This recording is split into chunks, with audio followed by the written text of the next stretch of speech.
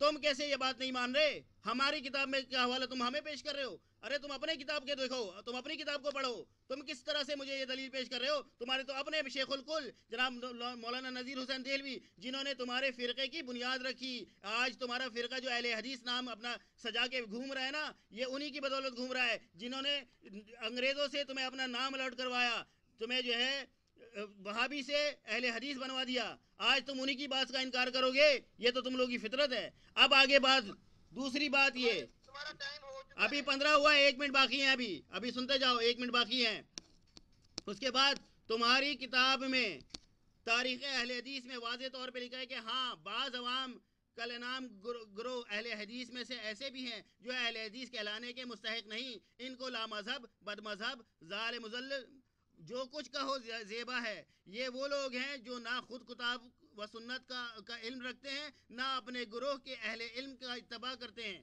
کسی سے کوئی حدیث سن کر یا کسی اردو مترجم، ابھی ٹائم نہیں ہوا، مجھے روکو نہیں. یار 16 منٹ ہو 16 منٹ ابھی ہوئے ہیں، بیچ میں تم نے روکا مجھے. سنتے جاؤ ابھی.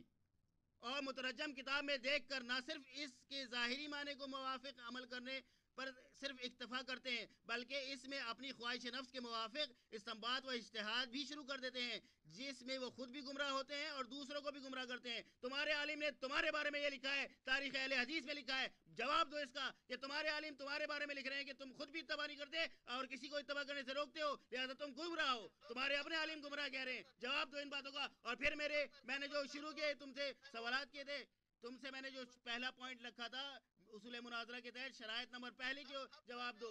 اب تک ایک بھی شرط کا جواب نہیں دیا تم نے. جواب دو مجھے. اچھا جی، انہوں نے یہ کہا کہ ماں کی بات ماننا تقلید ہے. کہتا ہے ہماری کتاب میں جو بات لکھی ہے بالکل صحیح لکھی ہے. تو تمہاری کتاب میں یہ بھی لکھا ہوا ہے تقلید صرف مسائل اتحادیہ میں ہوتی ہے، اور یہ بھی لکھا ہے مسائل اتحادیہ کیا ہوتے ہیں؟ جن میں غلطی کا امکان ہو. اور یہ بھی لکھا تقی عثمانی نے تقلید کی شرعی حیثیت صفحہ نمبر 11 پر کہ تقلید دراصل تقلید کی ضرورت ان مسائل میں پڑتی ہے جن میں علماء کا اختلاف رہا ہو. اب اگر تم ماں کی بات ماننے کی وجہ سے مقلد ہو تو یہ ماننا پڑے گا کہ ایک عالم نے تمہارے باپ کا نام الف دین رکھا ہے تو دوسرے نے دے دین رکھا ہے. میں بطور مثال یہ بیان کر رہا ہوں کہ دو علماء کا اختلاف ہوا ہے مقلد کے باپ میں، تو پھر یقین سے پھر بھی نہیں وہ کہہ سکتا کہ میرا باپ کون ہے. وہ کسی مجتہد کو تلاش کرے گا. بتاؤ وہ کون سے مجتہد پر تقلید ہوتی ہے؟ صرف مجتہد کی. غیر مجتہد کی تقلید تمہارے نزدیک نہیں ہے. یا تو اعلان کرو کہ ہمارے نزدیک غیر مجتہد کی تقلید بھی ہوتی ہے. تو کوئی مجتہد تلاش کرنا پڑے گا جو ان کا باپ بتا سکے، کیونکہ لکھا ہوا ہے کہ تقلید کی ضرورت ان مسائل میں پڑتی ہے جہاں علماء کا اختلاف رہا ہو. پھر ابن حزم، میں نے بات کی تھی کہ ابن حزم کی ان کو تم ابو حنیفہ کی طرح مجتہد مانتے ہو یا اپنی جیسا جاہل مقلد مانتے ہو.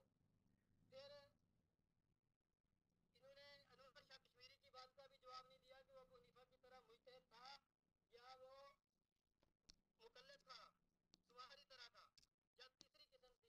پھر کہا کہ جاہل کا لفظ جو ہے، یہ فتوحات نمانیہ میں لکھا ہوا ہے کہ جاہل کا لفظ جو ہے فتوحات نمانیہ صفحہ 738، یہاں پہ لکھا ہوا جاہل کا لفظ برا اور بدتمیزی کا ہے. اب میں پوچھتا ہوں کون سا فن تھا جو سیدنا علی رضی اللہ تعالیٰ عنہ کو نہیں معلوم تھا؟ وہ مقلد کیسے ان کو تم نے بنایا؟ تمہاری کتاب میں لکھا تمام صحابہ نے عبد الرحمن بن عوف رضی اللہ تعالیٰ کی تقلید کی، تمام میں حضرت سیدنا علی بھی شامل ہیں. وہ کون سا فن تھا جن سے وہ جاہل تھے؟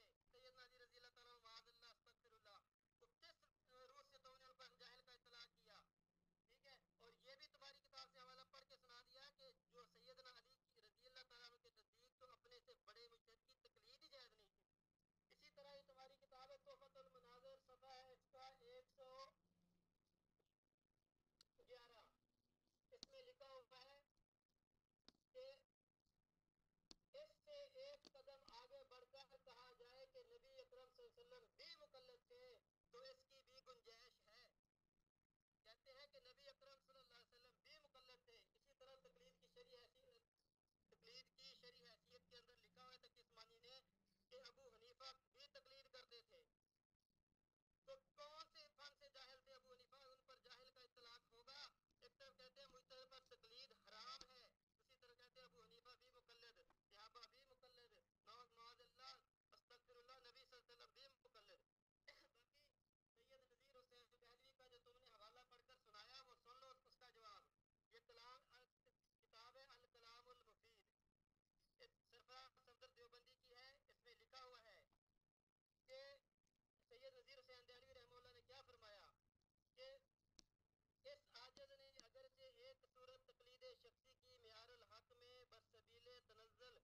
مباح میں درج کی تھی، لیکن عند تحقیق والحقیق مباح میں بھی داخل نہیں ہو سکی، اس لیے کہ مباح خطاب شارع میں داخل ہے اور تقلید شخصی خطاب شارع سے خارج ہے۔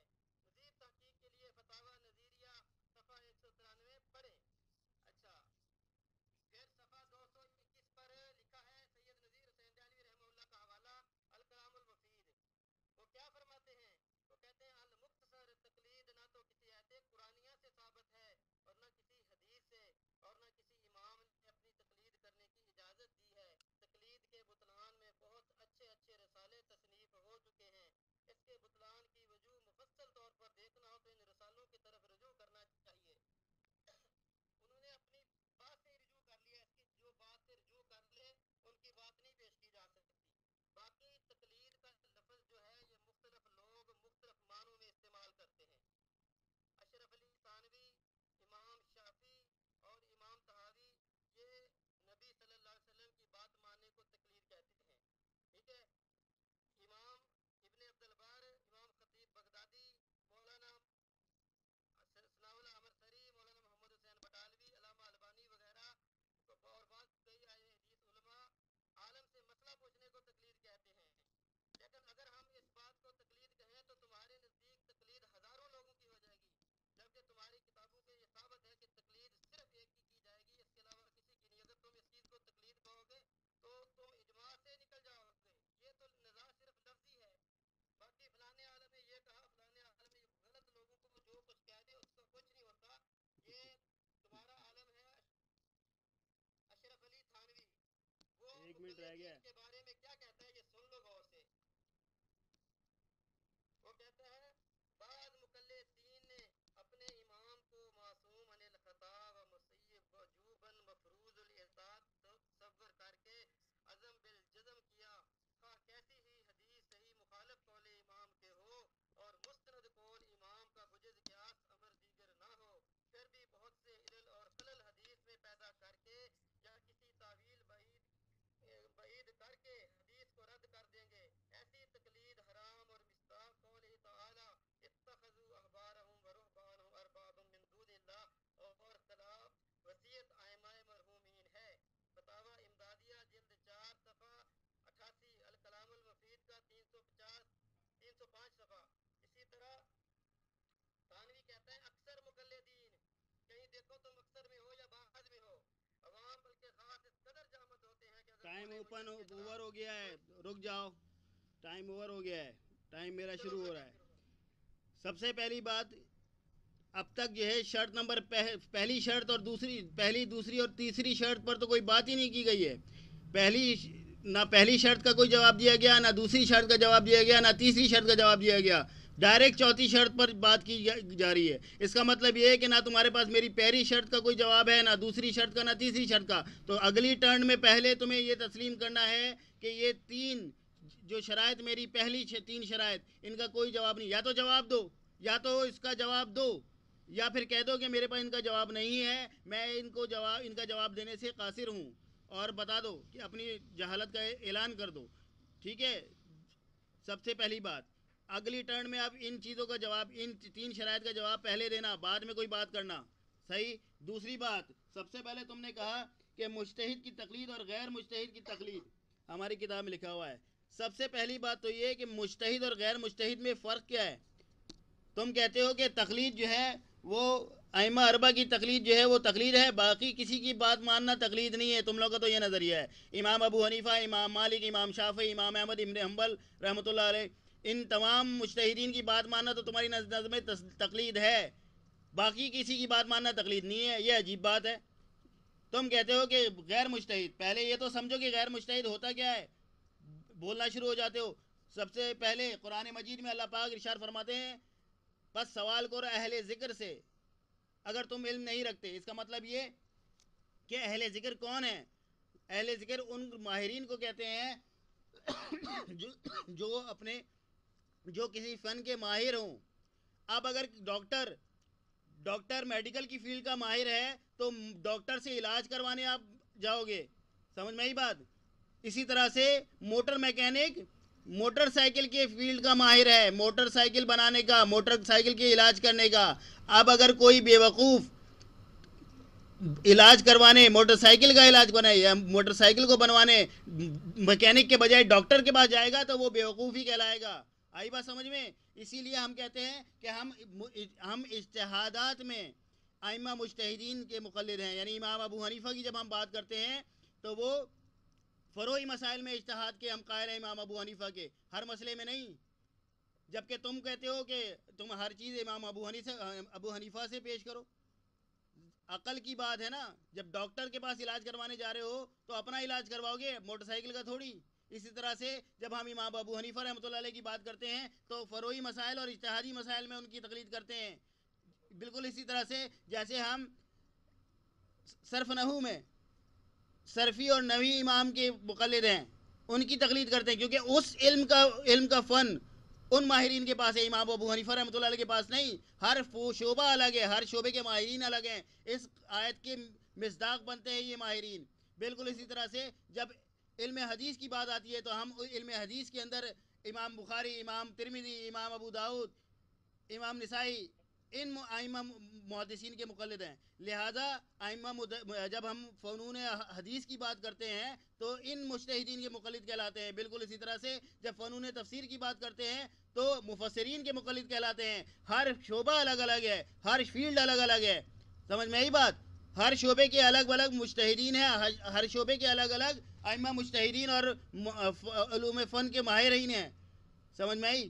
اسی طرح سے جب ہم لغوی معنی اعتبار لیتے ہیں تو ہم لغت کے اماموں کی بات کرتے ہیں جنہوں نے علم لغت بیان کی, اپنی کتاب میں لغت کی کتابیں لکھی. امام ابو حنیفہ رحمۃ اللہ علیہ نے لغت کی کتابیں نہیں لکھی. اب اگر تم جو ہو کسی ڈاکٹر کی بات کو یا کسی, آپ کا ٹائم ہو چکا ہے. ابھی کہاں ہوا ہے, ابھی تو 3 منٹ ہوئے ہیں, ٹائم ہو گیا. بیچ میں بولنے کی عادت.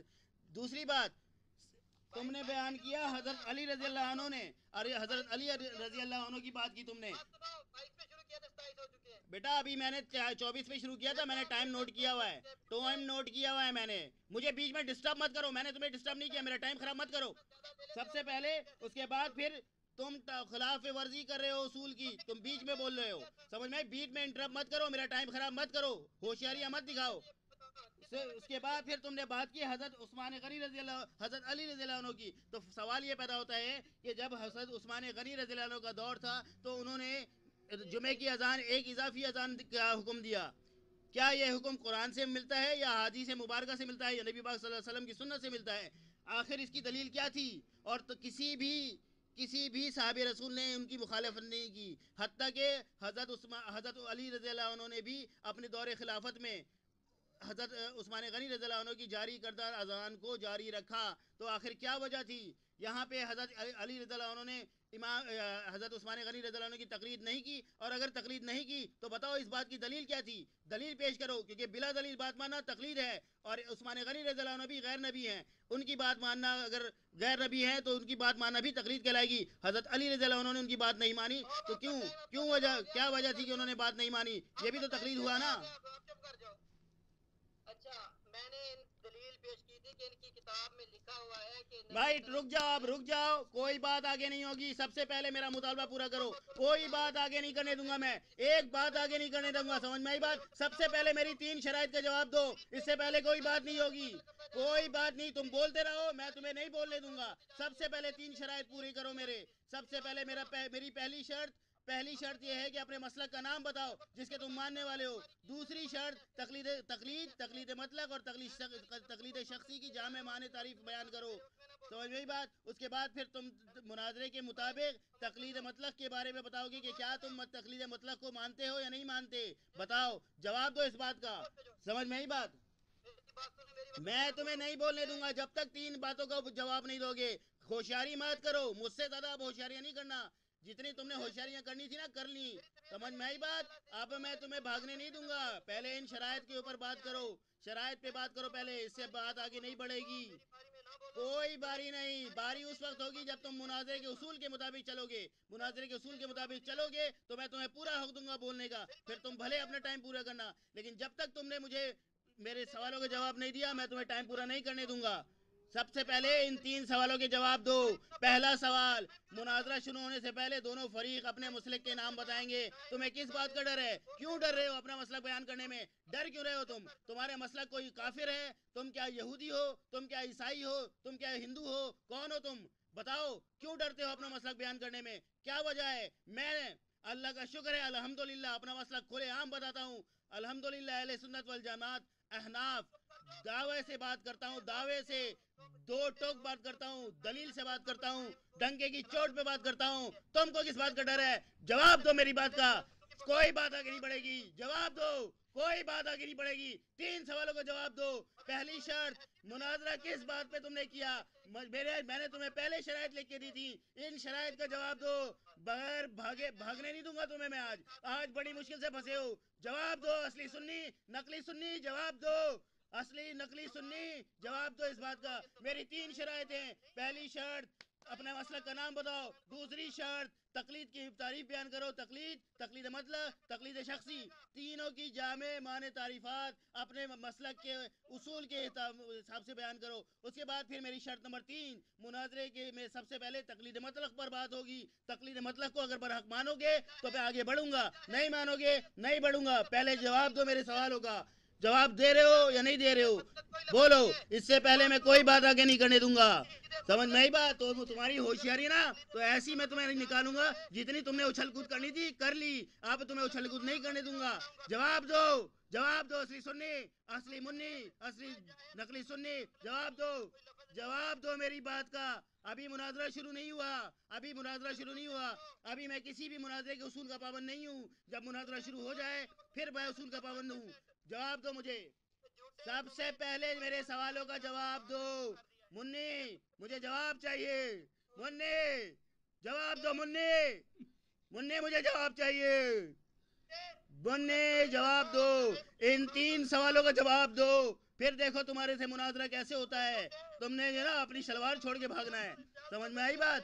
منی جواب دو مجھے. جواب چاہیے مجھے. منی جلدی بتاؤ. شرط نمبر, پہلی شرط پوری کر رہے ہو یا نہیں؟ ہاں یا نہ میں جواب دو. شرط نمبر 2 پوری کر رہے ہو یا نہیں کر رہے؟ جواب دو. شرط نمبر 3 پوری کر رہے ہو یا نہیں کر رہے؟ جواب دو. بیٹا جلدی سے جواب دو. شاباش. مسلک کا نام بتاؤ اپنے.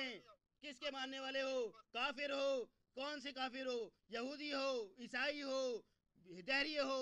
کون ہو تم؟ ہندو ہو؟ کون ہو تم؟ جواب دو. کون ہو تم؟ بولو. جواب دو. اصلی منی.